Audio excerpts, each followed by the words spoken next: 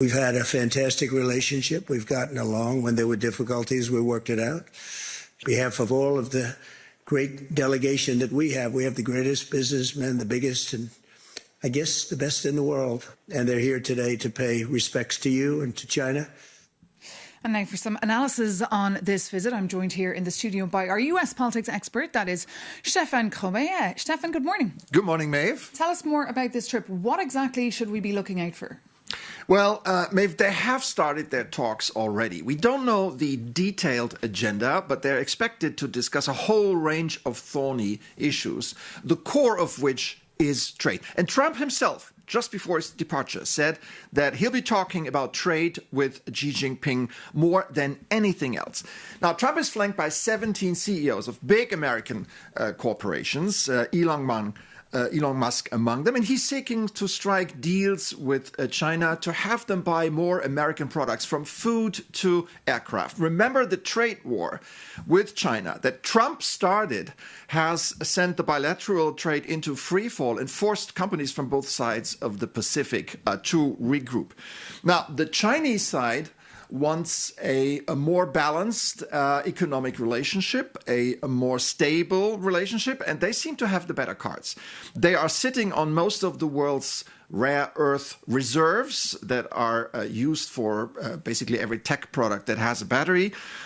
They control the critical supply lines, and they have invested heavily in green tech, in green energy.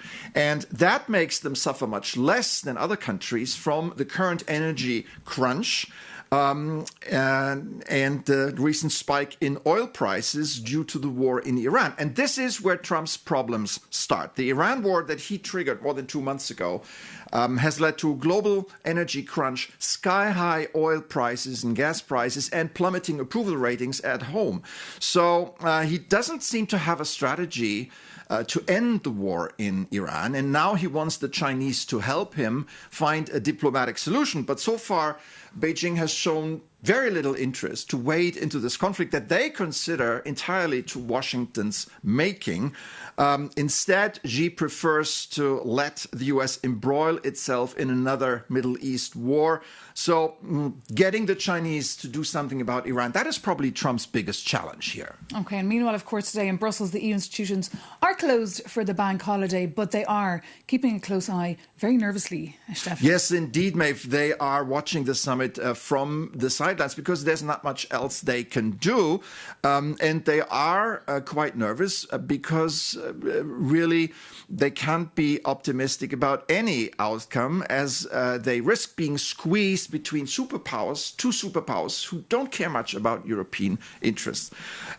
If Trump and Xi struck a tactical deal over what we call managed trade that would give the US preferential access to rare earths, for example, that would leave Europe with shortages and trade restrictions that put a lot of pressure on European companies. That is about the nightmare scenario for the European Union. On the other hand, if US-China trade relations further escalated and became a trade war, that could hit European industries through weaker demand, globally disrupt supply chain and financial volatility. So it's almost a lose-lose situation for the Europeans, Maeve. OK, Stefan Grobe, thank you so much for that analysis.